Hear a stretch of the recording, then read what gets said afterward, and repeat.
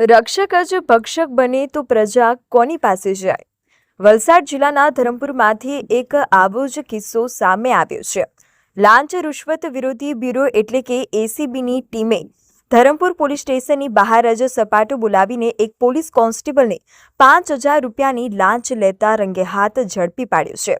જ્યારે આ કેસનો મુખ્ય આરોપી એવો એક એએસઆઈ એસીબીની ભનક લાગતા જ ફરાર થઈ ગયો છે. વલસાડ જિલ્લાના ધરમપુર પોલીસ સ્ટેશન હસ્તકની પગારબારી આઉટપોસ્ટમાં ફરજ બજાવતા 2 પોલીસકર્મીઓ લાંચના છટકામાં આબાદ ઝડપાયા છે. મળતી માહિતી મુજબ એક જાગૃત નાગરિક પર અગાઉ ધરમપુર પોલીસ સ્ટેશનમાં પ્રોહિબિશનનો દારૂનો કેસ દાખલ થયો હતો. આ કેસમાં જ્યારે ફરિયાદીને અટક કરવામાં આવ્યા ત્યારે તેને લોકઅપમાં ન મૂકવા અને મોટી રીતે હેરાનગતિ ન કરવાના બદલામાં પગારબારી આઉટપોસ્ટના એએસઆઈ કિશોરભાઈ મનુભાઈ ગોવિંદે શરૂઆતમાં 15,000 રૂપિયાની લાંચ માંગી હતી. જો કે રકઝકના અંતે 8,000 રૂપિયા નક્કી કરવામાં આવ્યા હતા.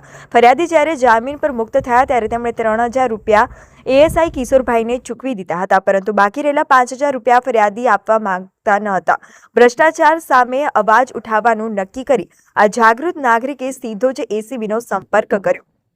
ફરિયાદીના આધારે નવસારી એસીબીના police inspector Shri NP Solanki અને તેમની ટીમે ધરમપુર પોલીસ સ્ટેશનની બહાર જ રોડ પર લાંચનો છટકું ગોઠવ્યું. યોજના મુજબ ફરિયાદીએ એએસઆઈ કિશોરભાઈને ફોન પર સંપર્ક કર્યો. કિશોરભાઈના કહેવાથી તેમનો સાગરીત અને લોકરક્ષક police constable Rameshbhai Yashwantbhai Bhoya police સ્ટેશનની બહાર લાંચની રકમ લેવા આવ્યો. જેવો રમેશભાઈએ 5,000 રૂપિયાની લાંચ સ્વીકારી ત્યાં જ પહેલેથી ગોઠવાયેલી એસીબીની ટીમે તેને રંગે હાથ ઝડપી લીધો. જોકે આ કાર્યવાહી દરમિયાન મુખ્ય આરોપી એએસઆઈ કિશોરભાઈને શંકા જતા તેને સ્થળ પરથી નાસી છૂટવામાં સફળ રહ્યો હતો. આ સમગ્ર ઓપરેશન સુરત એસીબીના મદદનીશ નિયામક શ્રી આર ચૌધરી, વડોદરાના ઇન્ચાર્જ નાયબ નિયામક શ્રી બીએમ પટેલના માર્ગદર્શન હેઠળ પાર પાડવામાં આવ્યું હતું. આ ઘટનાએ ફરી એકવાર ખાખી વર્દી પર સવાલિયા નિશાન ઉભા કર્યા છે.